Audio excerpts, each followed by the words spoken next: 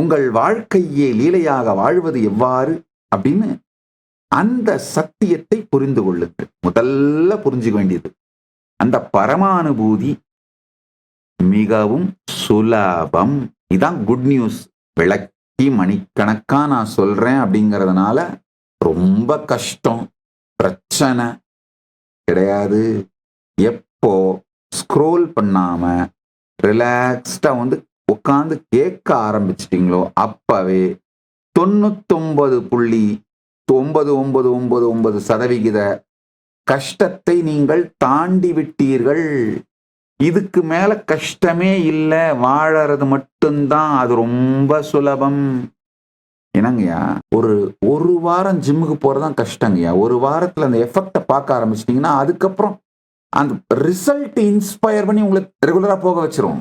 அதே மாதிரி முதல்ல ஒரு 4-5 அனுபவங்கள் லைஃப்ல, அந்த மிராக்கிள்ஸ், மேனிஃபெஸ்டேஷன்ஸ் இதெல்லாம் நீங்க பார்க்கிற வரைக்கும் தான் நாம் புஷ் பண்ணணுங்கய்யா.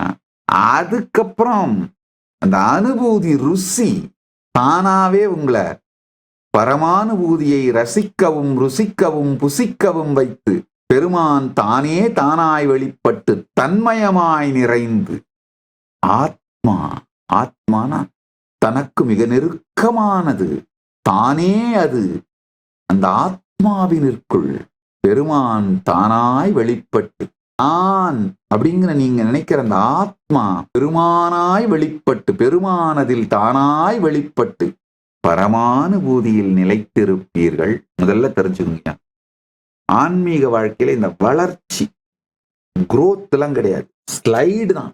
இந்த லேண்ட் ஸ்லைடு விக்டரின்றாங்கல்ல, அந்த மாதிரிதான். ஜஸ்ட் ஒரு சின்ன விஷயத்தை நீங்க செஞ்சீங்கன்னா போதும். கிருஷ்ணர் சொல்றார் பாருங்க கீதையில, ஸ்வல்பம் அப்பியஸ்ய தர்மஸ்ய திராயதே மகதோபயாத். ஒரு சிறிது கடைபிடியுங்கள், உங்கள் வாழ்க்கையை மாற்றிவிடும்.